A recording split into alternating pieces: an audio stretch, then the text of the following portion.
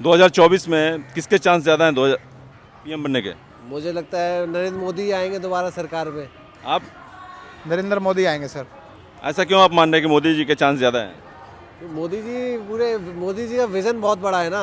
अभी आप देखिए G20 समिट हुई, कितना पूरे विदेश कितने बड़े बड़े नेता आए, और जिस तरीके से पूरी समिट को अरेंज किया है, बहुत बड़ी बात है कि इतना अच्छे तरह से सब कुछ हो गया, और ऐसा लगता है कि मोदी जी आएंगे। आपको क्या लगता है 2024 में कौन? मोदी ही आएंगे। क्यों?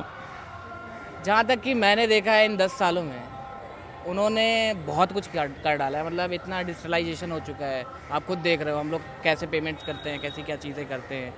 और अगर वर्ल्ड वाइड देखी जाए चीज़ें, तो वर्ल्ड वाइड भी उन्होंने बहुत चीज़ें इंडिया के एक लेवल अप किया है, अब क्या बहुत ज़्यादा अप किया है, और चीज़ें बहुत ही ज़्यादा स्मूथ हो चुकी हैं, और बिज़नेस बहुत ज़्यादा इंटरनेशनल बिज़नेस मिल रहा है इंडिया को, जिसकी वजह से इकोनॉमी भी बूस्ट कर रही है, शेयर मार्केट बढ़ रहा है, बहुत सारी चीज़ें हैं। तो मैं इतना ही बोलना चाहूँगा कि मोदी सरकार ही है। कहते हैं लोग, विरोधी कहते हैं कि पढ़ा लिखा नहीं है, जनता को बेवकूफ़ बना के 9 साल से पीएम बन रहा है। अरे तो ज़रूरी नहीं है कि जो पढ़ा लिखा नहीं हो तो इंडिया के लोगों को वो चला ना पाए। ऐसे हमारे घर में मम्मी भी पढ़ी लिखी नहीं है, लेकिन घर को अच्छे से चला लेती है। तो इससे मुझे लगता है कि इससे ज़्यादा फ़र्क नहीं पड़ता, विज़न बड़ा होना चाहिए बस। और ऐसे तो कोई फ़र्क नहीं पड़ता, मुझे पढ़ाई लिखाई ज़्यादा फ़र्क नहीं पड़ता। आप क्या कहेंगे? विरोधी कहते हैं पीएम पढ़ा लिखा नहीं है, बेवकूफ़ बना के देश चला रहा है। सर विरोधियों को समझ ही नहीं है। आज पीएम इंटरनेशनल समिट में पब्लिक के सामने, पूरे इंटरनेशनल लीडर के सामने, जो कि वेल क्वालिफाइड हैं, उनसे ज़्यादा कॉन्फिडेंस में वो बात करता है। हर एक टॉपिक पे उनसे अच्छा रिप्लाई करता है। उसको हर एक मुद्दे की या हर एक टॉपिक की बहुत गहन समझदारी है। और सबसे बड़ी बात जो है ना, दूरदृष्टि है कि आज जो डिसीजन लेगा उसका फ्यूचर में क्या इम्पैक्ट होएगा। तो ये एक अनपढ़ आदमी की निशानी नहीं हो सकती। बल्कि अभी तो हम लोग देख रहे हैं कि पढ़े लिखे आज का सोच रहे हैं, मतलब शॉर्ट सोच रहे हैं। जस्ट लाइक हम लोग दिल्ली में सोचते हैं कि किसी को 500 रुपये की बिजली फ्री कर दो तो हम तुम्हें वोट दे दें। तो ये पढ़े लिखे की निशानी नहीं हो सकती, क्योंकि उसका आने वाले फ्यूचर में क्या इम्पैक्ट होएगा। तो आई डोंट थिंक ये एक एजुकेटेड बंदा ऐसा करेगा। एजुकेटेड बंदा तो फोरकास्ट करेगा आगे इसका फ्यूचर में हमें क्या बेनिफिट मिलेगा। आज रोड बन रहा है तो फ्यूचर में बिजनेस मिलेगा ना। तो एक अनपढ़ आदमी ऐसा कैसे सोच सकता है? आप क्या बताएंगे कि जो कहा जाता है मोदी के विषय में कि अनपढ़ आदमी, विरोधी कहते हैं, देश चला रहा है? अनपढ़ तो नहीं कहना चाहूँगा मैं उनको, गुजरात के हैं, बिज़नेस चलाना, देश चलाना बहुत अच्छे से जानते हैं।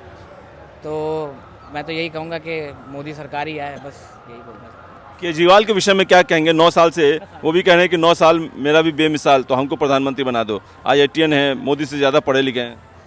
मैं केजरीवाल का कोई वो नहीं हूँ कि मैं उनके विफेक्ट, मतलब उनको सपोर्ट नहीं करता। केजरीवाल भी काफ़ी अच्छे लगते हैं, लेकिन अभी केजरीवाल को थोड़ी सी इंडियन जो राजनीति है ना, उसके हिसाब से वो थोड़े से जो मेंटलिटी है इंडिया में, लोगों की जो लोग जो मांगते हैं इंडिया में, तो अभी उसके हिसाब से वो थोड़े से कमज़ोर है।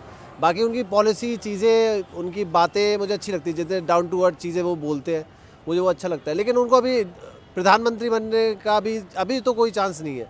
आप क्या कहेंगे केजरीवाल के विषय में? आज सर अन्ना हजारे का आंदोलन हुआ था, उसमें सबसे पहले फंड देने वाले लोगों में से हम लोग हैं सर, और खुद गए थे, और हम लोग काफ़ी दिन तक वहाँ पे रहे भी थे। तो एक तरह से फाउंडिंग जब ये पार्टी हो रही थी तो उसमें हम लोगों ने फाइनेंशियली, फिजिकली हर तरह से सपोर्ट किया था। पर जो केजरीवाल अभी एकदम से शिफ्ट हुए हैं, उन्होंने एक सिस्टम पकड़ा है कि भाई पब्लिक इज़ फूल, उनको ग्रीडी बनाओ, पब्लिक को ग्रीडी बना के वोट लो। तो वो थोड़ा सा उनको लगता है कि वो अपने आप को ज़्यादा होशियार और पब्लिक को थोड़ा अंडर एस्टिमेट कर रहे हैं। पर आई डोंट थिंक कि पब्लिक इतनी मूर्ख होती है कि 200, 400, 500 रुपये के पीछे शॉर्ट टाइम के लिए हो सकता है कि वोट मिल जाए, पर I don't think long time के लिए बहुत बड़ा गेन ले सकते हैं। तो कुछ ना कुछ उनको भी वापस से अपना जो व्यू है अबाउट द पब्लिक चेंज करना पड़ेगा। तो उनको जो ये लालच और ये सब करके जो शॉर्ट टर्म गेन कर रहे हैं उनको चेंज करना पड़ेगा। और सबसे बड़ी बात है उनकी टीम देखिए, टीम में कोई ना कोई वो आदमी है जो अपने फील्ड का एकदम फेल आदमी है, चाहे वो फेल जर्नलिस्ट रहा हो, चाहे वो फेल पॉलिटिशियन रहा हो, चाहे वो फेल, मतलब उनके मैक्सिमम टीम में उस तरह के ही लोग हैं।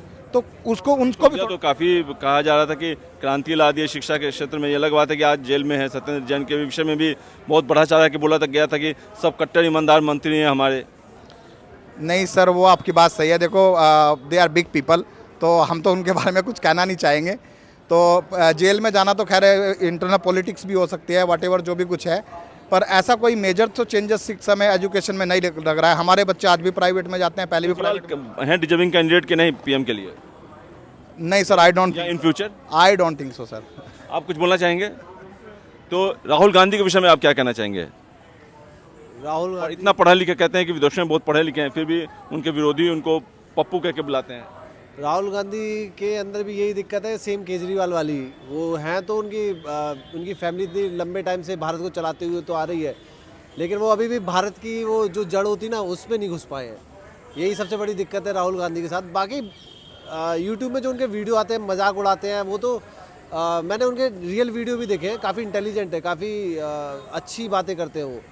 लेकिन बस वही है कि वो अभी जड़ में नहीं, अब थोड़े से ऊपर हैं, अभी वो नीचे के चीज़ें नहीं आती उनको। कल जो पहले देखा गया था किसानों के बीच चले गए थे और वीडियो शूट वगैरह कराया था उन्होंने, काफ़ी मजाक भी उड़ाया गया था। फिर कल जो है वो कूलियों के बीच चले गए थे आनंद विहार रेलवे स्टेशन पे और सामान भी ढोया था, और बीजेपी वाले कह रहे थे कि जिसमें व्हील लगा हुआ है उस सूटकेस को सर पे उठा के दिखावा कर रहे हैं। तो क्या लगता है कि इन सब चीज़ों से उनकी जो इमेज है और गिर रही है? हाँ गिर रही, मुझे भी वो चीज़ें उन पर सूट नहीं करती वो सब चीज़ें। वो लगता है वो बनावटी लगता है कि वोट बैंकिंग के लिए ही कर रहे हैं वो। बाकी उनकी मजबूरी है, उन्हें करना पड़ेगा। वो मैं उनको वैसे कुछ जज नहीं कर रहा कि उन्हें ऐसे कर रहे हैं, लेकिन वो थोड़ा सा अच्छा नहीं लगता मुझे। वो मतलब उसमें कंफर्ट नहीं लगते वो मुझे। आप क्या कहेंगे, राहुल गांधी के पीएम कैंडिडेट डिजर्व करते नहीं sir, he is a very good person, good personality. पर वो जो इस तरह की हरकतें हैं तो मतलब वो और अच्छा कर सकते हैं, बिकॉज उस तरह की उनको पब्लिक सपोर्ट है, पूरी नेशनल वाइड पार्टी है और उस पार्टी को बहुत ज़्यादा सपोर्ट भी है, एक फंडामेंटल पार्टी है।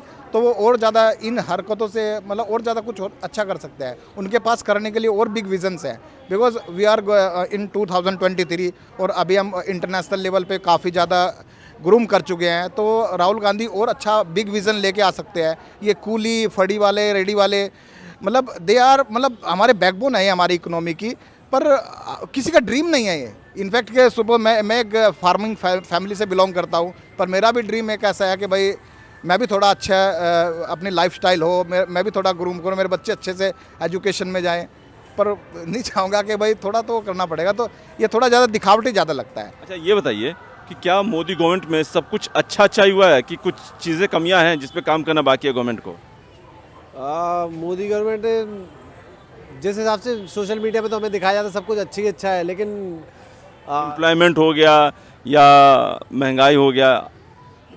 देखिए अगर मैं अपनी लाइफ पे देखूँ, एम्प्लॉयमेंट मुझे नहीं पता कितना हुआ है क्या हुआ है, लेकिन अगर मैं अपनी लाइफ पे देखूँ तो बिजनेस थोड़ा सा बिजनेसमैन को थोड़ी सी प्रॉब्लम आई है। जो लोग नंबर 2 का काम करते हैं उनको बहुत प्रॉब्लम आई है, ये तो हुआ है, ठीक है। और बाकी तो हाँ मुझे इतना ज़्यादा इस बारे में नॉलेज नहीं है, तो हाँ ये आप मेरा काट।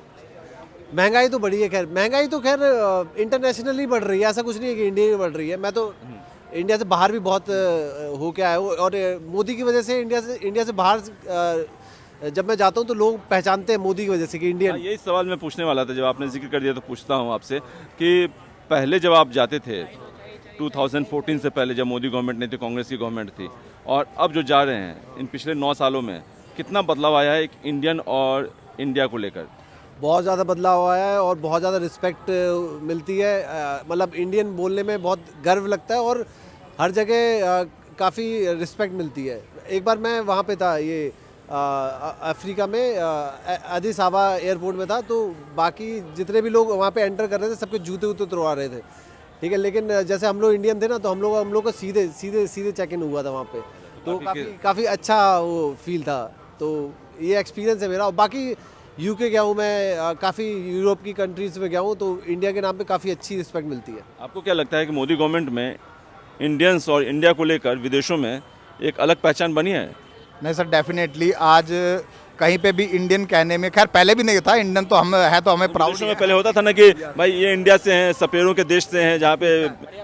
नहीं सर, वह आप एकदम सही बोले हैं, पर ऐसा आफ्टर ये 8 ईयर के उस बाद में ना, स्टार्टिंग जब हुआ था सुषमा स्वराज के टाइम से, ये जैसे इंडियन को इम्पोर्टेंस दिया गया, कहीं पे भी कोई प्रॉब्लम हो रही थी तो स्पेशली जाते थे। अब उसके बाद में कहीं पर प्रॉब्लम्स हुई और अपने सिटीजन्स को इतना ज़्यादा इम्पोर्टेंस देना और उनके बारे में इतना ज़्यादा लाइक बढ़ा के उनके अपने सिटीजन्स को इतने ज़्यादा इम्पोर्टेंस देना, तो डेफिनेटली जब भी अब इंडियंस की बात होती है तो बहुत प्राउडली अपने नेबरिंग कंट्रीज़ के कंपैरिजन में या अदर कंट्रीज़ के कंपैरिजन में इंडियन को बहुत अच्छा माना जाता है, और हम अच्छे हैं भी। बिकॉज अभी आप देखिए इंडियंस ऑलमोस्ट वर्ल्ड के हर एक कंट्री में रह रहे हैं और पीसफुली रह रहे हैं। कहीं पे भी इंडियन कोई ऐसा डिस्टर्बेंस नहीं करते, कोई भी ऐसा हाउला नहीं करते कि भाई वहाँ पे जाकर उन्होंने डिस्टर्बेंस किया हो, सोसाइटी को परेशान किया हो। पर उनका जो असली क्रेडिट है ना अब दिखने लगा है, क्योंकि गवर्नमेंट ने उनको इस तरह से अपने सिटीजन्स को प्रमोट किया है। तो अभी लग रहा है कि रियली में इंडियंस का थोड़ा सम्मान बढ़ा है। लास्ट क्वेश्चन पूछना चाहता हूँ, जैसे चीन को लेकर, जैसे पाकिस्तान को लेकर तो सर्जिकल स्ट्राइक किया था, तो पाकिस्तान औकात में एक तरह से कहा जाए, तो चीन को लेकर जो अभी आए दिन कुछ ना कुछ होता रहता है, जैसे अभी एशियन गेम्स चल रहा है चीन में, अरुणाचल प्रदेश के 3 खिलाड़ी हैं, उनको वीज़ा देने से मना कर दिया। तो चीन को कैसे सबक सिखाया जाए, भले सैनिक तौर पे नहीं, लेकिन हम लोग जैसे आम पब्लिक है वो कैसे सबक सिखा सकती है चाइना को? सर देखो, China is a big country, powerful country and financially very strong country. तो ऐसे कंट्री को क्या ना पब्लिक ज़्यादा सबक सिखा सकती है रादर देन गवर्नमेंट। तो हम लोगों को थोड़ा कॉन्शियस रहना चाहिए कि भाई कौन सा प्रोडक्ट अपने देश को सपोर्ट करता है, कौन सा प्रोडक्ट चाइना को सपोर्ट करता है, बिकॉज वो ये पॉलिसी करेगा ही करेगा। चाइना ने कितने सारे कंट्रीज़ को अपने में मिक्स कर लिया है और आगे और बहुत सारे ऐसे एरियाज़ हैं जिनके ऊपर कन्फ्लिक्ट है और उनको अपने में मिक्स करना चाहता है, तो उसकी पॉलिसीज़ ही वो है। तो वहाँ पे अपने को पब्लिकली थोड़ा सावधान रहने की ज़रूरत है, बिकॉज कल वो हमारे एरिया में भी कुछ ऐसा कर सकता है या किसी हमारे एरिया को अपने में मिलाने के लिए या उसको अपने मैप में दिखाने की कोशिश कर सकता है। पर इंडियन का कभी ऐसा पॉलिसी नहीं रहा। पूरा थ्रू आउट हिस्ट्री देख लीजिए, हज़ारों साल के इतिहास में। मतलब उनका प्रोडक्ट को आप बाइकआउट कीजिए, इंडियन प्रोडक्ट है उसको, दिवाली भी नज़दीक अब है। सर मैं ये नहीं कहना चाहूँगा, because world is a global village, तो I don't say this, but ये पब्लिक इज़ वेरी स्मार्ट। उनको क्या करना चाहिए तो वो समझ सकता है, बिकॉज आज छोटा सा उठाया हुआ कदम कल उनको खुद भी लॉस कर सकता है। आप क्या क्या चीन को कैसे सबक सिखाया जा सकता है? स्वदेशी में स्वदेशी पे ज़्यादा फोकस करना चाहिए। इंडिया को भी अपनी इंडस्ट्री छोटी छोटी चीज़ों में, जैसे झालर है, दीपावली के प्रोडक्ट हो, जो ये धीरे धीरे है। अभी चीन को सबक सिखाने में बहुत टाइम है। अभी ऐसे बहुत इजी नहीं है कि चीन को आज कल ही हम सबक सिखा दें। अभी कम से कम 10 साल तो हम सबक सिखा ही नहीं सकते, सोच ही नहीं सकते, क्योंकि बहुत छोटे छोटे रूट्स में घुसा हुआ है। चीन की हर चीज़ है, चीन की ये कवर ववर सब कुछ चीन ही का है। तो उनको सबक सिखाना है तो जो हमारे भारत में बेरोजगार लोग हैं उनको थोड़ा सेटल करना पड़ेगा चीज़ों को, उनको मैन पावर बढ़ानी पड़ेगी, यूज़ करना पड़ेगा।